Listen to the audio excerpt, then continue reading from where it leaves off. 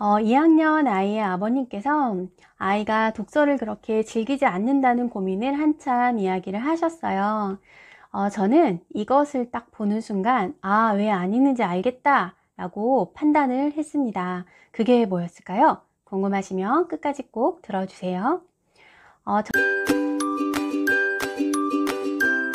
저는 꽤 오랜 시간 동안 방문 과외로 독서 수업을 했었어요. 그래서 본의 아니게 많은 가정을 다니면서 독서 환경을 볼 수 있었는데, 읽는 아이와 읽지 않는 아이의 차이점, 여러 가지 원인들이 있어서 딱 한 가지라고 말씀드리기는 어려운데요. 그 중에서 큰 비중을 차지하는 게 있어요. 그게 뭐냐면 바로 책장입니다. 책장이 어떻게 꾸며져 있는가? 아이의 책장을 누가 꾸몄는가?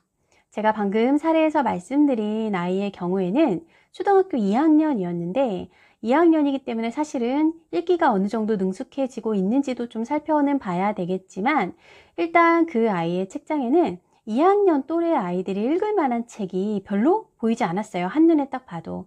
고학년 중심의 책들, 그리고 아버님이 읽었으면 좋겠다라고 생각하는 아버님 취향의 책들이 많이 있었어요.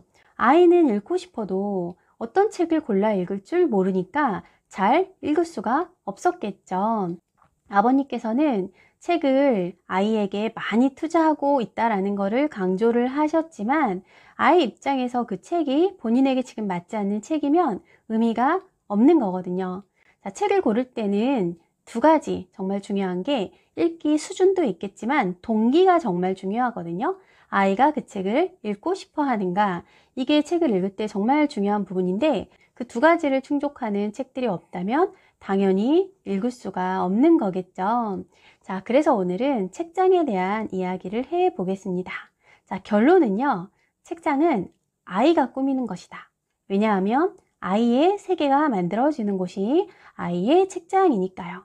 바꿔서 이야기하면 누군가가 책을 채워놓은 책장, 꾸며놓은 책장은 결코 아이의 책장이 될 수가 없어요. 어쩌면 그건 우리 어른들의 바람일 뿐일 수 있고요. 아이에게는 책장이라기보다는 그냥 무언가 자신이 읽어야 될 것 같지만 읽기는 어려운, 마음에 조금 부담이 되는 공간일 수 있습니다. 실제로 예전에 만났던 한 아이는 자기네 집에 있는 거실 책장은 자기에게는 그저 쓰레기일 뿐이라고 이야기를 했어요.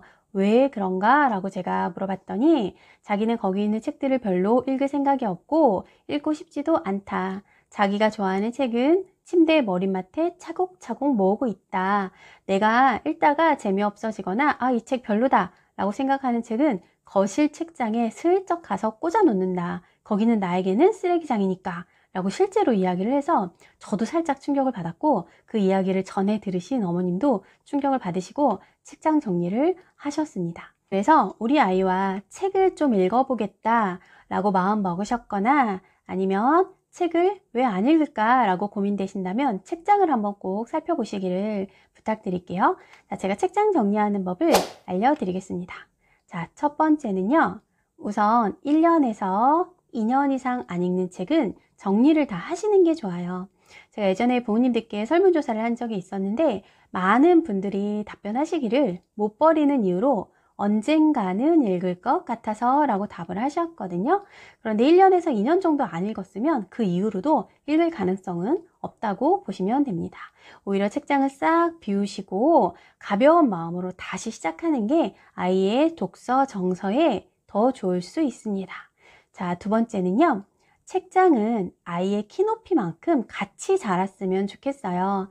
5살이면 5살, 2학년이면 2학년, 6학년이면 6학년, 중학생이면 중학생에 맞게끔 본인의 키높이에 있는 책장이 본인의 손이 닿는 거기 때문에 자기가 정리할 수 있고 자기가 꺼내볼 수가 있어요. 만약에 공간의 문제로 높이 쌓아 놓으셔야 한다면 오히려 부모님의 책들을 좀 높은 곳에 꽂으시거나 지금 당장 많이 보지 않는 책들을 위쪽에 좀 배치를 해서 아이가 꺼내보고 싶은 책들은 손이 닿는 칸에 해주시기를 부탁드리고 싶어요. 자, 그리고 세 번째, 하나의 한 책장입니다. 책장은 자기만의 세계가 만들어지는 곳이라고 말씀을 드렸잖아요. 책을 좋아하는 사람은 책장에 애착이 정말 강하거든요. 아이들도 자기가 좋아하는 책을 자기가 자유롭게 배치할 수 있도록 형제 자매 책장을 따로 서로의 취향에 맞는 책장으로 해주시는 게 좋아요.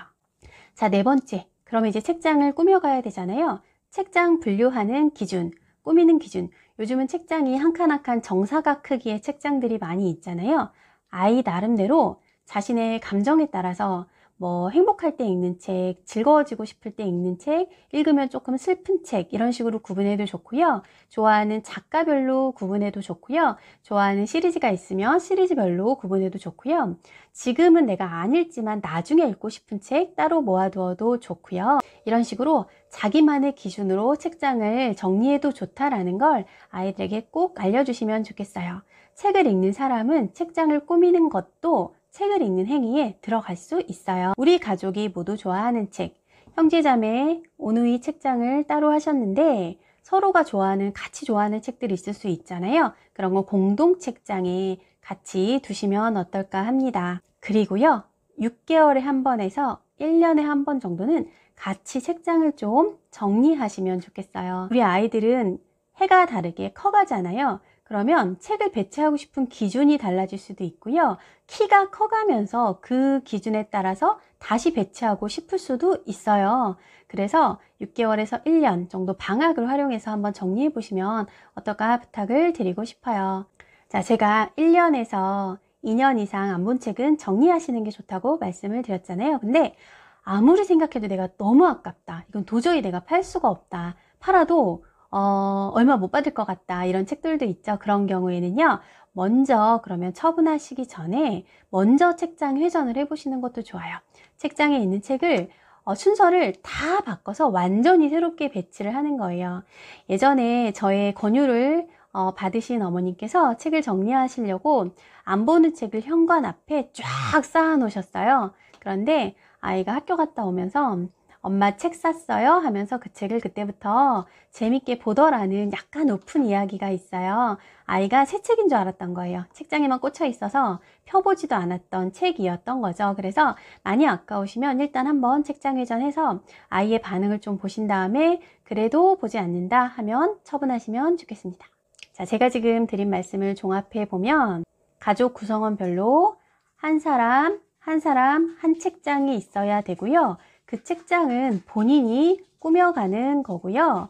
그래서 저는 책장을 냉장고에 비유를 좀 하고 싶어요. 저희가 냉장고에 야채를 1년치, 2년치 사놓지 않는 것처럼 책도 마찬가지로 1년, 2년치를 한꺼번에 구비해 놓는 게 아니라 조금 번거로우시더라도 매월 읽고 싶은 책을 조금씩 사서 보관할 건 보관하고 정리할 건 정리하고 이렇게 조금 수시로 이루어져야 책을 읽는 아이가 될 가능성이 높습니다. 그리고 한 사람 한 책장의 중요성을 제가 강조해 드렸잖아요. 아이들은 자신의 책장에 있는 책을 읽으면서 지금의 행복감을 느끼고 즐거움을 얻고 지금의 위안을 받는다면 동생 책장에서는 자신이 어렸을 때도 읽었던 책이 있다면 그런 책들을 보면서 좀 쉬운 책이지만 편안해지고 싶을 때 읽으면서 또 위안을 얻을 수가 있어요. 그리고 언니 오빠 책장, 엄마 아빠 책장을 보면서 미래의 꿈을 키워갈 수가 있어요. 독자에게 책장은 정말 귀중하고 소중하다는 것을 꼭 기억하시고 자기 책장이 없는 사람이 읽는 사람이 될 수는 없다는 것을 기억하시고요. 쉽지 않은 일이지만 책장 정리 한번 도전해 보시기를 추천드리고 싶습니다.